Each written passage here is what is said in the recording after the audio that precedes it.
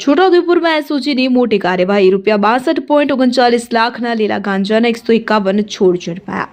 વિગતે વાત કરીએ તો છોટાઉદેપુર જિલ્લાના કંવાડ પોલીસ સ્ટેશન વિસ્તારમાં સ્પેશિયલ ઓપરેશન ગ્રુપ દ્વારા બિનઅધિકૃત રીતે ઉગાડવામાં આવેલા વનસ્પતિજન્ય નશીલા પદાર્થ લીલા ગાંજાના મોટા જથ્થા પર સફળ કાર્યવાહી કરવામાં આવી છે। અધિક પોલીસ મહાનિર્દેશક શ્રી સીઆઈડી ક્રાઇમ અને રેલવેઝ ગાંધીનગર તેમજ એટીએસ અમદાવાદ તરફથી રાજ્યમાં નશીલા પદાર્થોના વ્યાપને સંપૂર્ણપણે નાબૂદ કરવા આપવામાં આવેલી સૂચનાઓના અનુસંધાને પોલીસ મહાનિરીક્ષક શ્રી વડોદરા વિભાગ સંદીપસિંહ સાહેબ તથા પોલીસ અધિક્ષક શ્રી છોટાઉદેપુરના ઇમ્તિયાઝ શેખ સાહેબના માર્ગદર્શન હેઠળ આ કાર્યવાહી હાથ ધરવામાં આવી હતી। એસઓજીના પોલીસ સબ ઇન્સ્પેક્ટર એમ.એચ. જાદવને મળેલી બાતમીના આધારે કંવાડ તાલુકાના સિંગલદા ગામે આરોપી ભગુભાઈ બુઠિયાભાઈ રાઠવાના કબજા વગોટાના ખેતરમાં રેડ કરવામાં આવી હતી। તપાસ દરમિયાન ખેતરમાંથી લીલા ગાંજાના કુલ 151 છોડ કે જેનું કુલ વજન 124.790 કિલોગ્રામ અંદાજિત ₹62,39,500 થતી હોવાનું બહાર આવ્યું હતું અને આ મામલે આરોપી સામે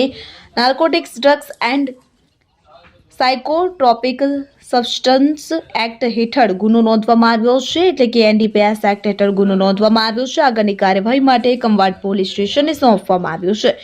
ઝડપાયેલા આરોપીમાં ભગુભાઈ બુઠિયાભાઈ રાઠવા રહેવાસી સરપંચ ફળિયા સિંગલદા તાલુકો કંવાડ જિલ્લો છોટાઉદેપુરનો સમાવેશ થાય છે।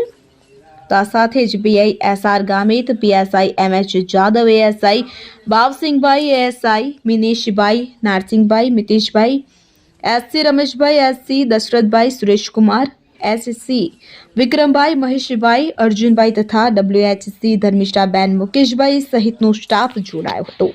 ઇમરાન મિર્ઝા, છોટાઉદેપુર।